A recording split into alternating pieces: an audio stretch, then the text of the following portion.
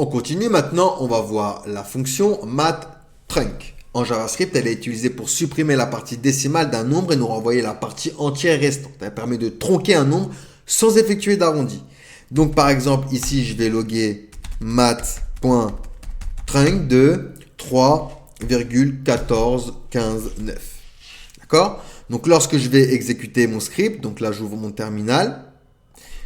Lorsque je vais exécuter mon script, il va ici me donner 3. Il va supprimer la partie décimale.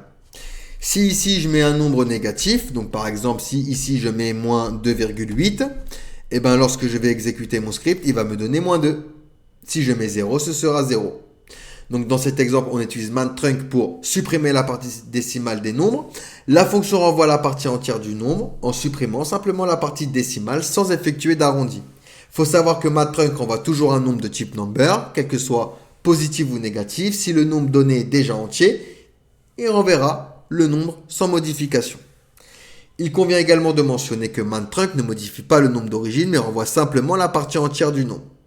Donc voilà, pas plus compliqué que ça, très rapide pour mathTrunc qui permet tout simplement de supprimer la partie décimale d'un nombre en renvoyant la partie restante sans effectuer bien sûr d'arrondi. Allez, on passe du coup à la suite.